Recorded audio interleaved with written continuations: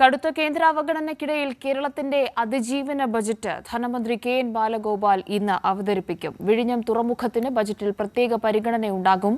മുണ്ടക്കൈ ചൂരൽമല പുനരധിവാസത്തിന് പ്രത്യേക പാക്കേജിനും സാധ്യതയുണ്ട്. മനുഷ്യ വന്യജീവി സംഘർഷം നേരിടുന്നതിനുള്ള നടപടികൾക്കും ബജറ്റിൽ പ്രത്യേക പരിഗണനയുണ്ടാകുമെന്ന് മന്ത്രി കെ.എൻ. ബാലഗോപാൽ നേരത്തെ കൈരളി ന്യൂസിനോട് വ്യക്തമാക്കിയിരുന്നു. എസ് ഷീജ തിരുവനന്തപുരത്ത് നിന്നും സമഗ്ര വിവരങ്ങളുമായി ഇപ്പോൾ ചേരുന്നുണ്ട്. Sheeja, good morning. ഇപ്പോൾ നമ്മൾ പറഞ്ഞതുപോലെ തന്നെ വലിയൊരു അതിജീവനത്തിന്റെ ആവശ്യകതയിലൂന്നിയുള്ള ബജറ്റായിരിക്കും ഇന്ന് ധനമന്ത്രി സഭയിൽ അവതരിപ്പിക്കുക. പ്രത്യേകിച്ച് കേന്ദ്ര ബജറ്റിൽ കേരളത്തോടുള്ള സമീപനം, പ്രത്യേക പാക്കേജ് അടക്കമുള്ള ആവശ്യങ്ങളിലുള്ള കേന്ദ്ര നിലപാടടക്കം കണ്ടതാണ്. മറ്റൊരു രീതിയിലുമുള്ള കേന്ദ്ര സഹായം, സാമ്പത്തികമായ രീതിയിലായിക്കോട്ടെ മറ്റേത് നിലയിലുമായിക്കോട്ടെ, കേരളത്തിന്റെ സഹായം തീർത്തും കേരളത്തിന് അന്യമായി നിൽക്കുന്ന ഒരു സമയം കൂടിയാണ്, സന്ദർഭം കൂടിയാണ്. അത് ക്ഷേമ പ്രവർത്തനങ്ങൾക്കായിക്കോട്ടെ, വികസന പ്രവർത്തനങ്ങൾക്കായിക്കോട്ടെ, വയനാടിന് വേണ്ടിയാണെങ്കിലും ഇതിനൊക്കെയും തികഞ്ഞ പരിഗണന നൽകിക്കൊണ്ടുള്ള ഒരു ബജറ്റായിരിക്കും ഇന്ന് സംസ്ഥാന ബജറ്റായി ധനമന്ത്രി അവതരിപ്പിക്കുക.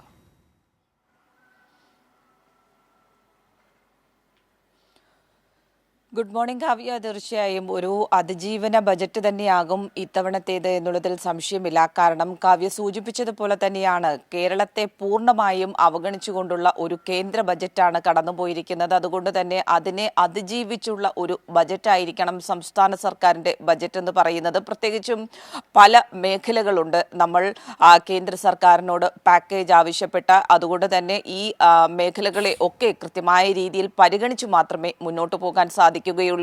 അതുകൊണ്ട് തന്നെ സംസ്ഥാന ധനമന്ത്രി കെ.എൻ. ബാലഗോപാൽ കഴിഞ്ഞ ദിവസം കൈരളി ന്യൂസിനോട് വ്യക്തമാക്കിയതും ഇക്കാര്യങ്ങളാണ്. ഒന്ന്, സാമൂഹ്യക്ഷേമ പ്രവർത്തനങ്ങൾ, അതിൽ ഒരു തരത്തിലുള്ള വിട്ടുവീഴ്ചയ്ക്കും സംസ്ഥാന സർക്കാർ തയ്യാറല്ല. കാരണം LDF സർക്കാരാണ് സാമൂഹ്യക്ഷേമ പ്രവർത്തനങ്ങളിൽ ഊന്നിയുള്ള ബജറ്റ് സംസ്ഥാനത്ത് ഓരോ തവണയും അവതരിപ്പിച്ചിട്ടുള്ളത്. അതുകൊണ്ട് സാമൂഹ്യക്ഷേമ പ്രവർത്തനങ്ങളിൽ ഒരു തരത്തിലുള്ള വിട്ടുവീഴ്ചയുമില്ല.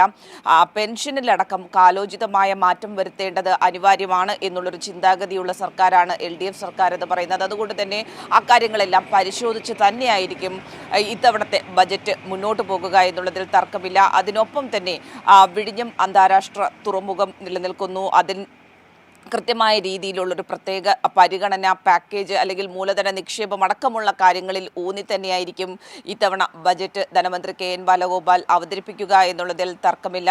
മറ്റൊരു പ്രധാന വിഷയം നമുക്ക് മുന്നിൽ നിൽക്കുന്നത് മുണ്ടക്കൈ ചൂരൽമല പുനരധിവാസമാണ്. ഇതിലടക്കം സംസ്ഥാനം നിരവധി തവണ കേന്ദ്രത്തോട് ധനസഹായമടക്കം ആവശ്യപ്പെട്ടിരുന്നു. ബജറ്റിൽ പ്രത്യേക പാക്കേജ് ആവശ്യപ്പെട്ടിരുന്നു. ഇതൊന്നും തന്നെ ഇതുവരെയായി പരിഗണിക്കപ്പെട്ടിട്ടില്ല. പൂർണ്ണ അവഗണനയാണ് ലഭിച്ചിട്ടുള്ളത്. ഈ ഒരു സാഹചര്യത്തിൽ വിഴിഞ്ഞത്തിന് പ്രത്യേക പരിഗണന നൽകുന്നതിനൊപ്പം തന്നെ മുണ്ടക്കൈ ചൂരൽമല മേഖലയ്ക്ക് പ്രത്യേക കൈത്താങ് കൂടിയായിരിക്കും ഇത്തവണത്തെ ബജറ്റിൽ ഉണ്ടാകുക. ആ രീതിയിലുള്ളൊരു പാക്കേജ് ഉണ്ടാകും എന്ന് തന്നെയാണ് സംസ്ഥാന ബജറ്റിൽ ഉണ്ടാകും. ഇന്നത്തെ ബജറ്റ് പ്രഖ്യാപനത്തിൽ ഉൾപ്പെടും എന്ന് തന്നെയാണ് പ്രതീക്ഷിക്കുന്നത്. മറ്റൊരു പ്രധാന വിഷയം സംസ്ഥാനത്തിന് മുന്നിലുള്ളത് മനുഷ്യ വന്യജീവി സംഘർഷമാണ്.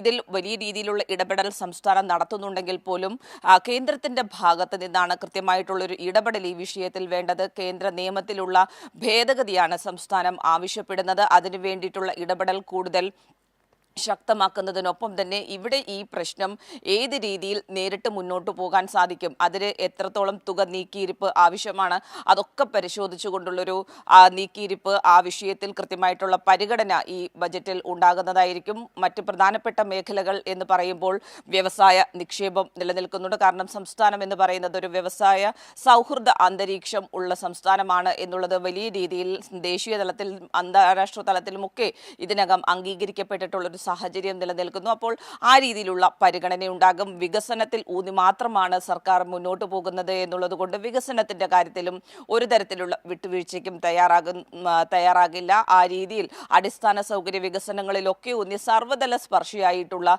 ഒരു ബജറ്റ് തന്നെയാണ് ഇത്തവണ ഏതായാലും പ്രതീക്ഷിക്കുന്നത്. ഏതായാലും രാവിലെ 9 മണിക്കായിരിക്കും ധനമന്ത്രി കെ.എൻ. ബാലഗോപാൽ ബജറ്റ് അവതരിപ്പിക്കുക. അതിനു മുൻപ് രാവിലെ 7:30 അദ്ദേഹത്തിന്റെ ഔദ്യോഗിക വസതിയിലേക്ക് ഈ ബജറ്റ് അവതരിപ്പിക്കേണ്ട ബജറ്റിന്റെ അന്തിമ കോപ്പി ഗവൺമെന്റ് പ്രസിൽ നിന്നും ഉദ്യോഗസ്ഥർ നേരിട്ട് തന്നെ എത്തിക്കുന്നതായിരിക്കും.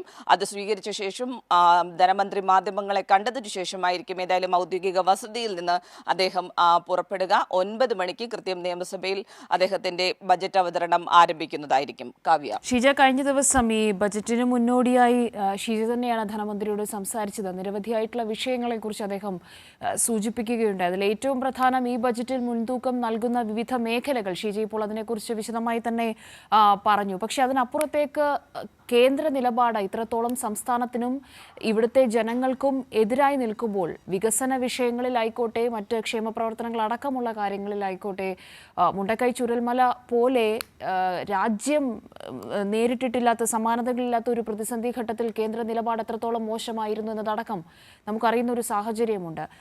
പ്രത്യേക ഒരു പരിഗണന ഈ പാക്കേജിൽ ഉണ്ടാകുമെന്ന് പറയുമ്പോൾ ധനമന്ത്രി അതിനപ്പുറത്തേക്ക് ഈ വിഷയങ്ങളിൽ വിശദീകരിച്ച കാര്യങ്ങൾ എന്തായിരുന്നു ഷീജ?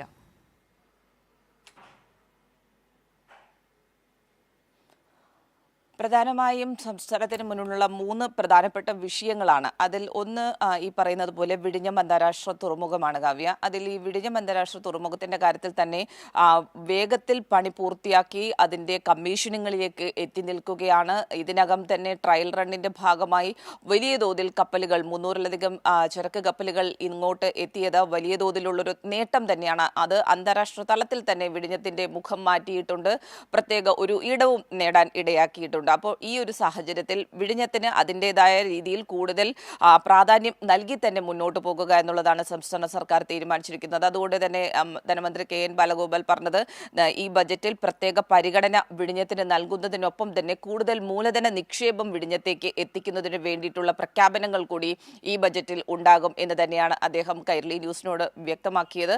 മറ്റൊരു പ്രധാനപ്പെട്ട കാര്യം ഈ പറയുന്നത് പോലെ തന്നെ മുണ്ടക്കൈ ചൂരൽമല മേഖലയുടെ പുനരധിവാസമാണ്. നമുക്കറിയാം കേന്ദ്രത്തിനോട് പലതവണ ആവശ്യപ്പെട്ടിട്ട് പോലും സംസ്ഥാനത്തിന് അനുകൂലമായിട്ടുള്ളൊരു നിലപാടെടുക്കാൻ കേന്ദ്ര സർക്കാർ തയ്യാറായിട്ടില്ല.